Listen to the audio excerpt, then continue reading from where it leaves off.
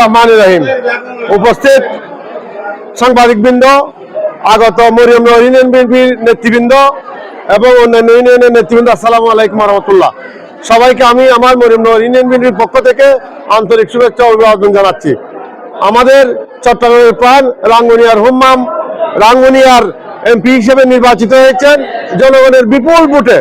সেই জন্য রাঙ্গুনিয়াবাসীকে অশেষ অশেষ মুবারকবাদ জানাচ্ছি। এখন আমাদের রাঙ্গুনিয়ার হুম্মাম বিপুল ভোটে যেহেতু এমপি নির্বাচিত হয়েছেন, তারেক সারা বাংলাদেশে 213টি আসনে বিএনপি জয়যুক্ত হয়েছেন। জনাব তারেক রহমান বিজয় মিছিলের পরিবর্তে আজকে দোয়া মাহফিল দিয়েছেন। সেই জন্য দেশবাসীর আরেকবার শুভেচ্ছা উনি পেয়েছেন। দেশবাসী ওনাকে অশেষ অশেষ মোবারকবাদ জানিয়েছেন শুধু এই কাজটার জন্য। আগামীতে আমরা প্রত্যাশা করি জনাব তারেক রহমান সেই রকম কর্মকাণ্ড করবেন যেভাবে মানুষ শান্তিতে থাকে, সুখে থাকে। আমরা জনাব তারেক রহমানের কাছে রাঙ্গুনিয়া থেকে আবেদন জানাচ্ছি, উনি যেহেতু শহীদ সালাউদ্দিন কাদের চৌধুরীর সুযোগ্য সন্তান, উনি এমপি হয়েছেন, সংসদে গিয়েছেন, আমরা প্রত্যাশা করি উনি আগামীতে মন্ত্রী হবেন।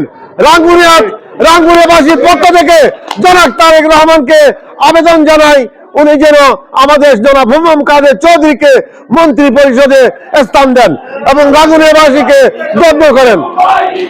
অতীতে জনাব শহীদ সালাউদ্দিন কাদের চৌধুরী মন্ত্রী ছিলেন, মন্ত্রী ছেলে মন্ত্রী হবে ইনশাআল্লাহ, রাঙ্গুনিয়ার মন্ত্রী সংসদে যাবে।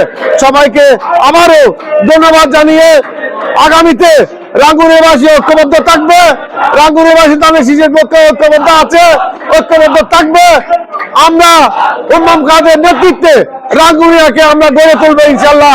রাঙ্গুনিয়া সুখে সমৃদ্ধে ফসলে ঐতিহ্যে সমৃদ্ধ হবে এবং রাঙ্গুনিয়া এগিয়ে যাবে।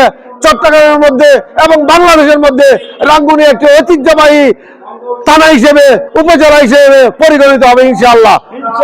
সবাইকে আবারও ধন্যবাদ জানিয়ে আজকে আমরা এখানে ফুলের শুভেচ্ছা সমাপ্তি ঘোষণা করলাম। আসসালামু আলাইকুম।